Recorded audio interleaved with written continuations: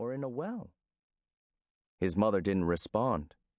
It was only later, after Baldy Lee had been caught peeping and had become stinkingly notorious throughout Liu Town, only then did he learn that he really was another rotten melon off the same damn vine as his father. And it was only then that he learned that his father had also been peeping at women's butts in a latrine when he accidentally fell into the cesspool and drowned. Everyone in Liu Town, men and women, young and old, laughed when they heard about Baldy Lee and couldn't stop repeating, "A chip off the old block." As sure as a tree grows leaves, if you were from Liu Town, you would have the phrase on your lips. Even toddlers who had just learned to speak were gurgling it. People pointed at Baldy Lee, whispering to each other and covering their mouths and snickering, but Baldy Lee would maintain an innocent expression as he continued on his way. Inside, however, he would be chuckling because now, at that time he was almost 15, he finally knew what it was to be a man. Nowadays, the world is filled with women's bare butts shaking hither and thither, on television and in the movies, on VCRs and DVDs, in advertisements and magazines, on the sides of ballpoint pens and cigarette lighters. These include all sorts of butts: imported butts, domestic butts, white, yellow, black, and brown, big, small, fat and thin, smooth and coarse, young and old, fake and real, every shape and size in a bedazzling variety. Nowadays, women's bare butts aren't worth much, since they can be found virtually everywhere. But back then, things were different. It used to be that women's bottoms were considered a rare and precious commodity that you couldn't trade for gold or silver or pearls. To see one, you had to go peeping in the public toilet, which is why you had a little hoodlum like Baldy Lee being caught in the act, and a big hoodlum like his father losing his life for the sake of a glimpse. Public toilets back then were different from today. Nowadays, you wouldn't be able to spy on a woman's butt in a toilet even if you had a periscope. But back then, there was only a flimsy partition between the men's and women's sections, below which there was a shared cesspool.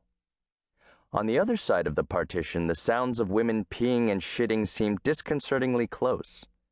So instead of squatting down where you should, you could poke your head under the partition, suspending yourself above the muck below by tightly gripping the boards with your hands and your legs. With a nauseating stench bringing tears to your eyes and maggots crawling all around, you could bend over like a competitive swimmer at the starting block about to dive into the pool, and the deeper you bent over, the more butt you would be able to see. That time, Baldy Lee snared 5 butts with a single glance. A puny one, a fat one, 2 bony ones, and a just right one, all lined up in a neat row like slabs of meat in a butcher shop. The fat butt was like a fresh rump of pork. The 2 bony ones were like beef jerky, while the puny butt wasn't even worth mentioning.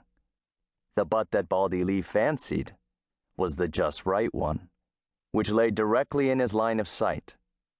It was the roundest of the 5, so round it seemed to curl up, with taut skin revealing the faint outlines of a tailbone. His heart pounding, he wanted to glimpse the pubic area on the other side of the tailbone, so he continued to lean down, his head burrowing deeper under the partition. But just as he was about to catch a glimpse of her pubic region, he was suddenly nabbed. A man named Victory Zhao, one of the 2 men of talent in Liu Town, happened to enter the latrine at that very moment. He spotted someone's head and torso burrowing under the partition and immediately understood what was going on. He therefore grabbed Baldy Lee by the scruff of his neck, plucking him up as one would a carrot. At that time, Victory Zhao was in his 20s and had published a 4-line poem in our provincial culture center's mimeograph magazine, thereby earning himself the moniker Poet Zhao. After seizing Baldy Lee, Zhao flushed bright red. He dragged the 14-year-old outside and started lecturing him nonstop, without, however, failing to be poetic. So rather than gazing at the glittering sea of sprouted greens in the fields or the fishes cavorting in the lake or the beautiful tufts of clouds in the blue sky, you choose instead to go snooping.